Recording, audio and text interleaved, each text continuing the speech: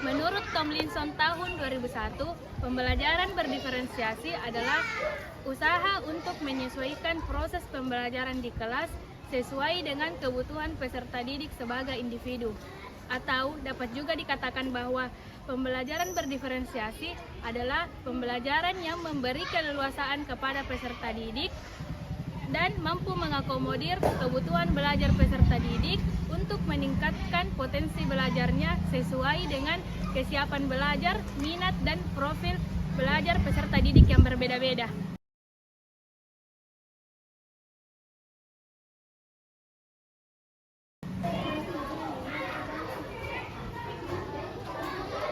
Nah, setelah mengetahui apa sih pembelajaran berdiferensiasi itu, selanjutnya kita akan mengenal keberagaman peserta didik pada proses pembelajaran. Nah, salah satu keberagaman yang ada pada video pembelajaran di kelas yaitu peserta didik mendiskusikan pertanyaan yang telah diberikan oleh guru. Kemudian pertanyaan tersebut dijawab dan didiskusikan bersama teman kelompoknya, kemudian menempelkan jawabannya pada lembar jawaban yang telah diberikan. Kemudian peserta didik berantusias dan semangat dalam mendiskusikan pertanyaan tersebut. Setelah diskusi kelompok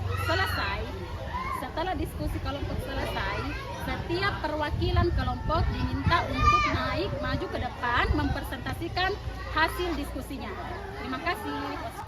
Keberagaman peserta didik lainnya yaitu beberapa peserta didik lebih mampu menguasai atau memahami materi pembelajaran apabila ada bentuk fisik secara nyata.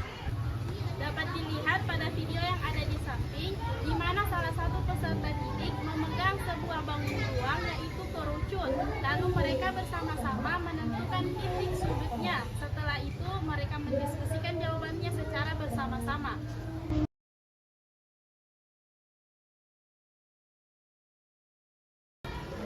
Baik, saya akan menjelaskan salah satu teori yang berkaitan dengan video tersebut, yang dimana teori tersebut adalah teori pembelajaran kooperatif.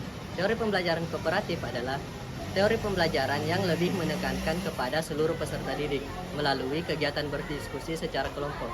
Di mana tujuan dari teori pembelajaran kooperatif ini yaitu yang pertama untuk membuat peserta didik lebih percaya diri dan peduli terhadap lingkungan sekitarnya. Dan kedua, yaitu untuk membuat peserta didik menjadi lebih aktif dan terlibat dalam proses pembelajaran. Yang ketiga adalah untuk menaikkan nilai akademis dari peserta didik melalui pembelajaran secara berkelompok. Dan yang terakhir yaitu untuk melatih peserta didik dalam kebijaksanaan, yang dimana mereka mampu menerima perbedaan dari setiap peserta didik yang ada di kelas. Teori pendukung keberagaman pembelajaran peserta didik di kelas, salah satunya pada saat siswa semangat berdiskusi kelompok, di mana terdapat teori Zone of Proximal Development atau disingkat ZPD. Dalam bahasa Indonesia, zona perkembangan proksimal adalah jarak antara tingkat perkembangan aktual yang ditunjukkan oleh pemecahan masalah secara mandiri dengan perkembangan potensial yang ditunjukkan oleh pemecahan masalah dengan bantuan orang dewasa atau teman sebaya yang lebih mampu. Teori ini menurut Vygotsky pada tahun 1978.